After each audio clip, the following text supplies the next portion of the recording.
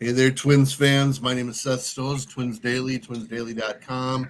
I'm hanging out in Minnesota where it's cold and windy, but I'm excited because today the Twins play in Fort Myers. There's the spring breakout game, and I get a chance to talk to Nick Nelson, who is live in Fort Myers this past few days. Nick, how long are you in, or how long have you been in Fort Myers? I got in on Wednesday, and my last day is tomorrow. So a pretty quick trip, relatively speaking, but have been able to catch a few games, and we'll see the spring breakout today, which I'm pretty excited about. Yeah, that should be a lot of fun. For those listening on Facebook or Twins Daily YouTube, feel free to ask a question if you have some. We're just going to be on for maybe 10, 12 minutes or something. We'll let Nick go in and actually watch the ball games here too. So, but real quick, you just got done watching Caleb Thielbar. He pitched a bullpen. We haven't yet seen him in a game. How would you assess what you saw? And did you have a chance to talk to him afterwards?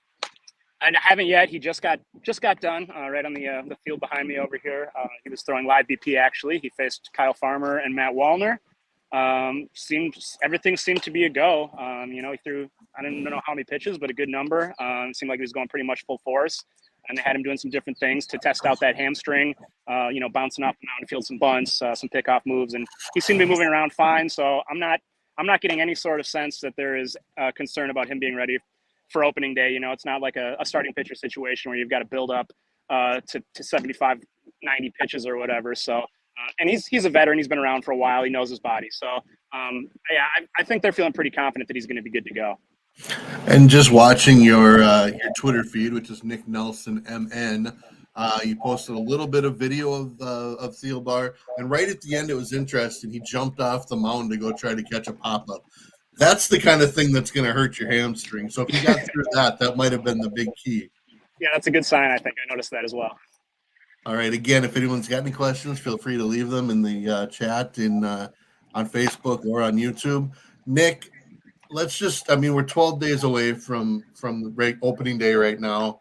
And, out of curiosity, let's just pretend Thielbar can't make opening day, or they decide to be more patient with him, give him 2 weeks, 10 days, whatever it is. How do you see the bullpen kind of backfilling his spot? Is it a second lefty, like maybe a Funderburk, or has there been a right-hander that's kind of really shown out during spring training that you'd like to see? I mean, the whole talk coming into this spring was that they have such a deep, bullpen picture, right? So many guys contending for spots. Really only one spot open if Thielbar is healthy. So I don't think they're going to have a hard time finding another guy they like. Daniel Duarte is a guy who's really impressed people I know. Jorge Alcala has looked fantastic. Josh Dalmont is pitching today. I'm going to be curious to see how he looks, because I think compared to some of the other guys, he hasn't had as good of a spring. But yeah, that's a good question. Will they go with a lefty? I don't think they care too much about having two lefties in the bullpen. But Funderburk obviously is a great option for that if they want that role. Absolutely. All right. So you mentioned Thielbar as a relief pitcher, probably doesn't need quite as much buildup. Anthony Desclafani, however, as a starter, would need to build up. It sounds like he either pitched in some minor league games in the last day or two, or will be shortly.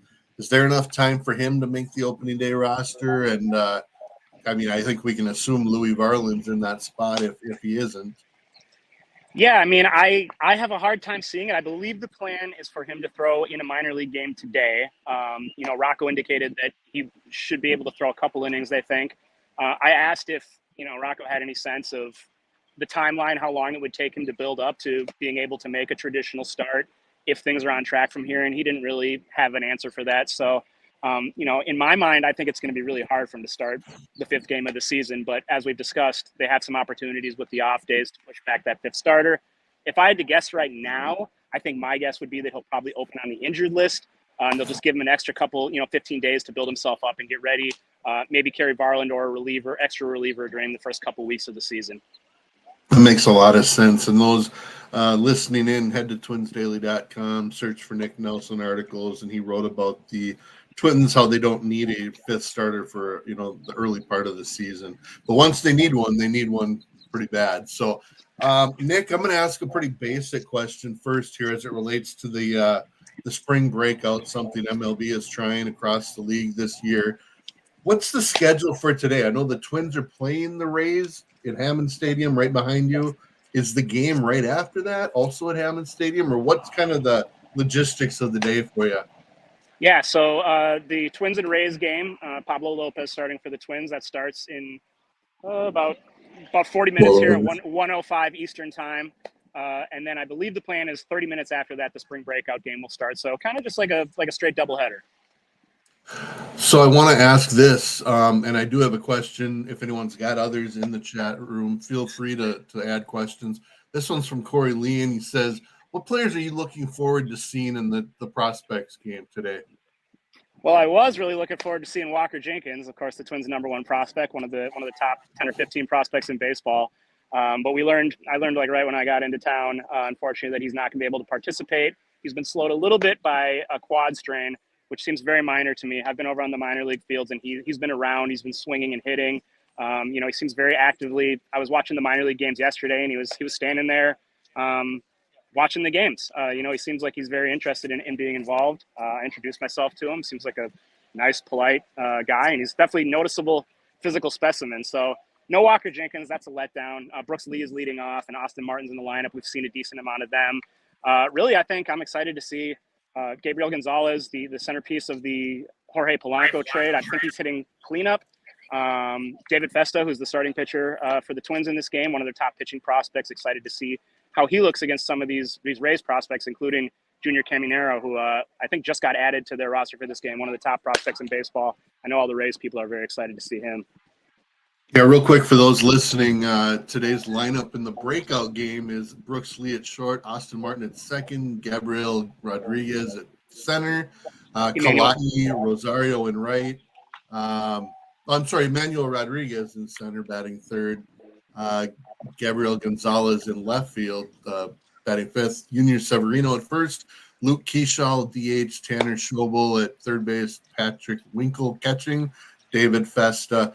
Have you had a chance to talk to anyone around the clubhouse, whether it's Baldelli, players, things like that, about this spring breakout? Are people generally supportive of it, excited about it, or is it kind of more of a thing they just know they need to do for the welfare of the game?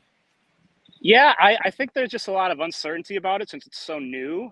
No one really kind of has any strong sense about it. I think people understand why it's happening. The league is pushing hard for it to make it a thing. I personally think it's great. I mean, this is the kind of thing that spring training is for, is to come down and see these prospects and to give them a chance to be showcased like this, I think is really cool. So I think everyone kind of wants to get through it, see how it goes. And if it goes well, I think it should be a thing every year. And I think people will get excited about it. Pablo Lopez, you said today is starting. It's his fourth start of the spring. Kind of what are the things you'd be looking to see from him? Is it more now about lengthening out, or are there certain things he's probably still working on? Yeah, I think just building up to get himself ready to make that first start on opening day. I mean, Pablo he's a guy, man. He's locked in. It's hard to have any concerns about him and the way he goes about his business and prepares. I know he hasn't had the best spring stats, but who cares? So I think just getting through it healthy and getting his pitch count up to close to where it needs to be here for 12 days from now is really all anyone's looking for.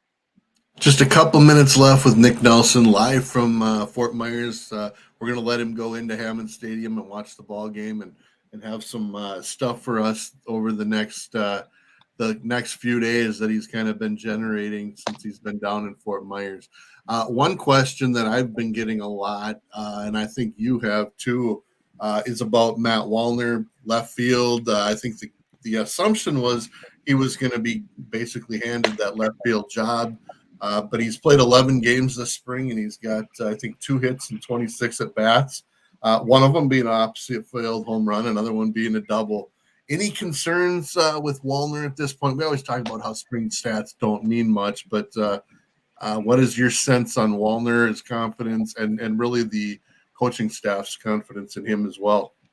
Yeah, I've heard a lot of that, and I think it's fair to wonder. I mean, Wallner, as good as he looked last year, is not a fully established major league player yet.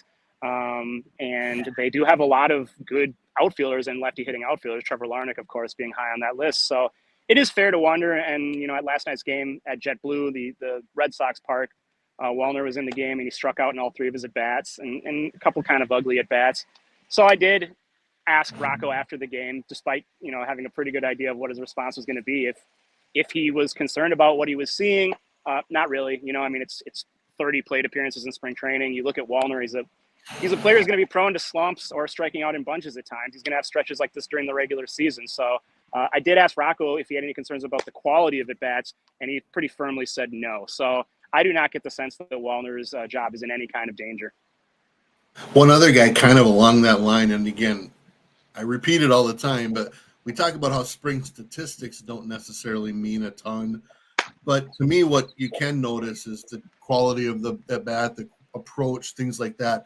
And one guy I think really that was important for this spring was Jose Miranda. Now he's 7 for 21, 333, which is a nice number. He's just got the 1 double so far, so nothing earth-shattering. But the thing that hurt him last year, in my opinion, is that he was swinging at everything again, getting himself out as opposed to the pitcher getting him out. Whereas he was very good the 2 years before that. Any sense of how Miranda has looked in person?